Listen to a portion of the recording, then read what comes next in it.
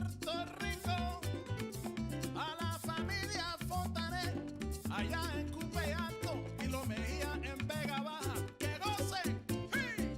Bomba, bomba, para siempre. Bomba, bomba está presente, aquí lo canta mi gente. Bomba, bomba, para siempre. Baila, baila y goza, mi bomba puertorriqueña. Bomba, bomba. All right, ladies and gentlemen, a couple things went wrong, and as you can tell, this is another day, and you can also tell by the probably the sound. The sound's a little bit different. It is what it is. When you're doing these YouTube videos and you're working by yourself, things go wrong, and some things went wrong. But it's also, in a sense, a blessing, because this is going to be, I'm going to call this part 2.5.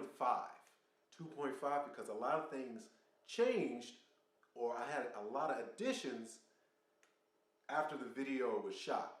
I lost some of the coverage, some of the footage, I should say. I lost some of the footage, and I wanted to finish the video, and then what happens? I buy more stuff, and this is some things that are really noteworthy that I wanted to show you. So without further ado, let's pick up from where I left off, and let's go into single malt scotches, and then I'm gonna bring it back because I picked up some other things that were really, really interesting. All right, so we're gonna go with single malt scotches right here. I have a lot of 18-year, not many, 12, quite a few 15 years, and everything else. So let's go over what I have here. Okay, so let's go over the things I have that aren't brand new. So we had the Glenmorangie 18-year. I enjoy that one a lot. The Glengowan, I enjoyed this one even more. This is probably my favorite 18-year right now. Right now, this is my favorite 18-year. And then I was able to pick up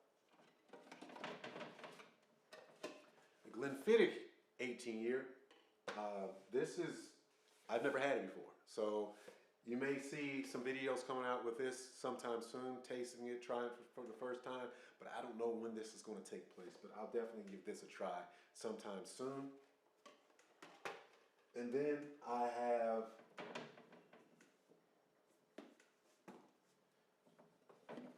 Johnny Walker 18. I don't really do a lot with blended whiskeys, and this Johnny Walker 18 actually is a killer.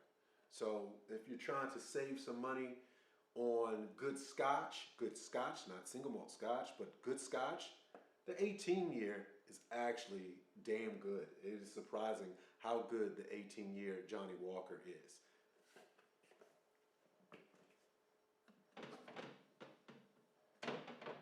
Next up is the Macallan Classic Cut. Now this is an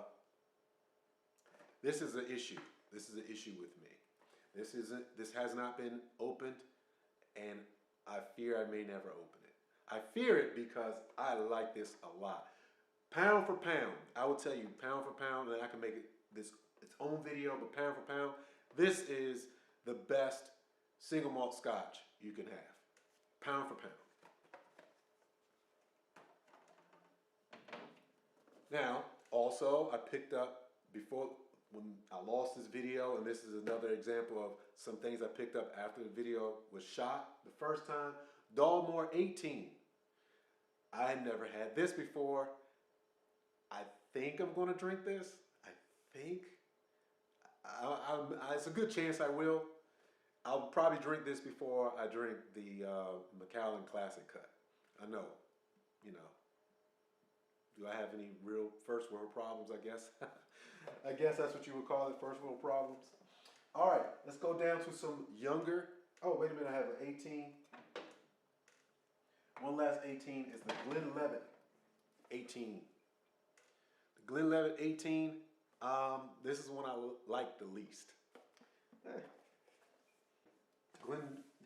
Glendronach 15, I haven't had this yet. Haven't had this one yet. I will be drinking this sometime soon, but it's gonna be slow because I want to finish the other bottles before. This is probably Next up, after I finish some of these other single malt scotches that I had already opened and started to drink, this is probably going to be the next one I drink or open up.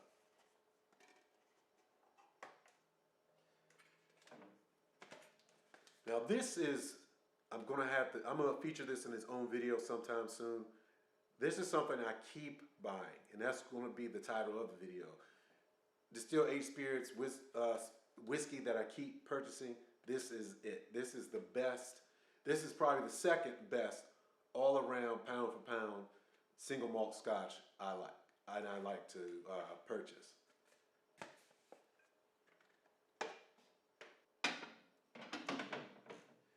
And this is the only Islay that I would probably be drinking. No, I would drink.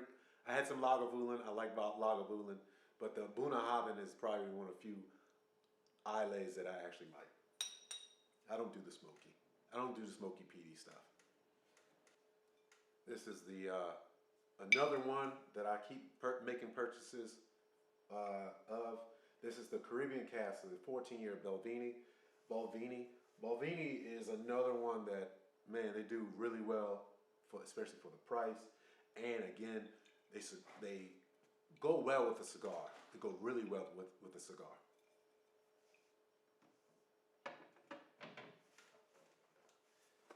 And then we have, this is not single malt scotch, but if you like that flavor of still aged spirits, Japanese whiskey is the way to go. Also, in the Suntory whiskey, Hibiki Suntory Harmony, Japanese Harmony, this stuff is worth fighting over. It absolutely is. And another distilled aged spirit I may not drink. I may not drink till I get another box or another bottle, because there's a box in here. This has not been opened yet, and I don't know when I'm going to open it. Maybe when I buy another bottle. I don't know. I want to collecting is starting to get real serious. Now, this is when it gets real serious. I was able to acquire this. This is the Macallan A Night on Earth in Scotland. One of the limited editions. And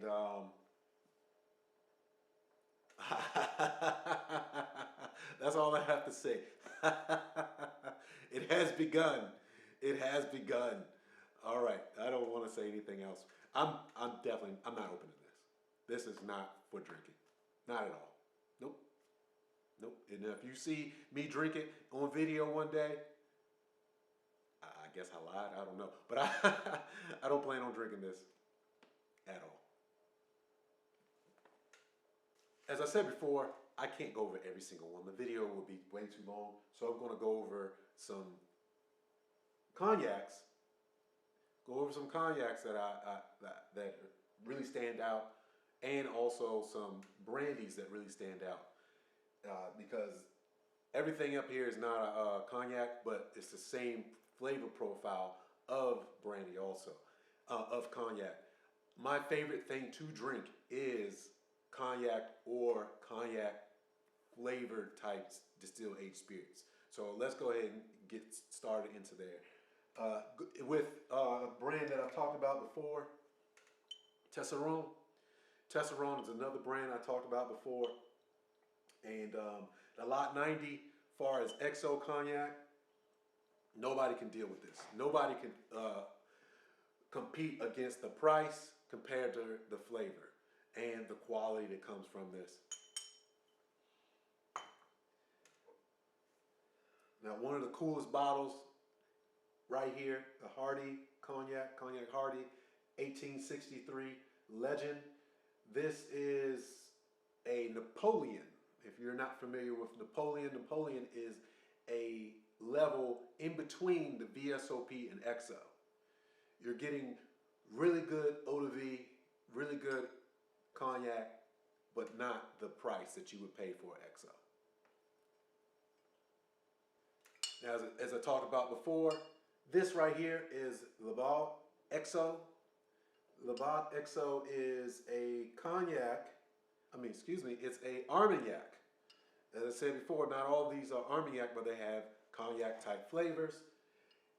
This right here is, I will have to do a video on its own.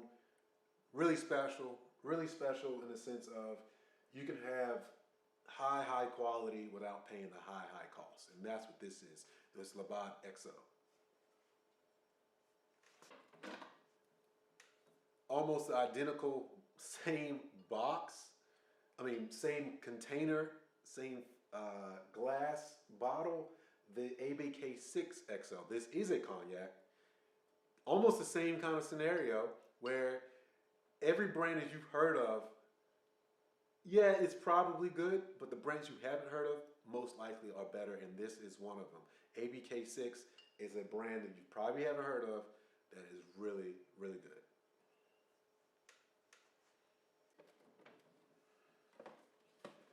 Yes, you've heard of it. You've heard of it before. Courvoisier. This is Courvoisier XO. This has not been opened yet. I don't like keeping this one in the box. I keep them in the box because keeping them in the box is protection. You want to keep your alcohol away from light as much as possible. In my basement here, where I keep most of these distilled aged spirits, isn't that bright. This is the brightest it's ever been because I have a light on me right now for the video. But I like to have these bottles out in display because they're so beautiful. I love the way XO bottles are done when it comes to cognac and spirits like it.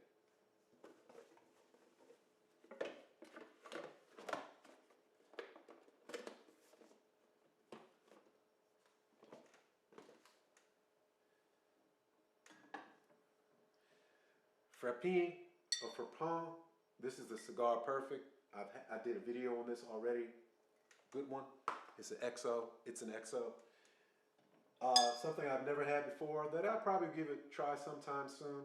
Cognac Paul Garot, to find out how much it actually costs. I got this as an awesome deal, but I don't know how much it's actually worth. So once I find out how much it's actually worth, then I'll decide if I'm going to drink it or not. The first bottles that I bought, that I really purposely purchased just to have a collection, was this. I don't know if that's going to stand. I don't know if it's going to get to a point where I'm going to drink it after all. Maybe after I purchase another older vintage, maybe I'll give this a try. It didn't cost me that much compared to what you could pay for a vintage cognac. This is not cognac. This is Armagnac. This is the 1999 Laubade. Now this is a vintage. This is a little bit higher than an XO, not much higher than an XO. I want to collect these. I bought this just for the collection purposes, though it might get drunk. I'll talk about that in another video. Cognac Park. I've purchased a Cognac Park XO before. I had a video about that where I did a cigar pairing. This is Cognac Park Cigar Blend, another cigar blend. And I've yet to try this. This will get sampled sometime soon. Not sure when, but sometime soon this will get sampled, and it is. I'm very excited to give this a try. I had a special order of this. I could not find this in any store. You've maybe seen this in a previous video from last year. Still have it. Still haven't opened it. Still haven't done anything with it, but kept on display.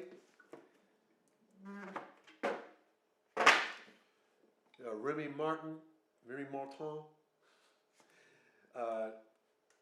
gift box with the glasses. Looks really nice. I don't know when I'm going to sample this either. Maybe never. This may end up being another collection, part of the collection of our spirits. Now, you've seen the video before. If you haven't, go back and check it out. This is another Tesseron. This is the Tesseron Lot 53. The Lot 53. But I sold a watch to get this. I hope that it works out. If not, okay, I'll have a really good experience with drinking this. But this is going to be another just pure collecting spirit. This is. I don't have any plans to give this a try. Again, give this a try again. I've tried it. I liked it.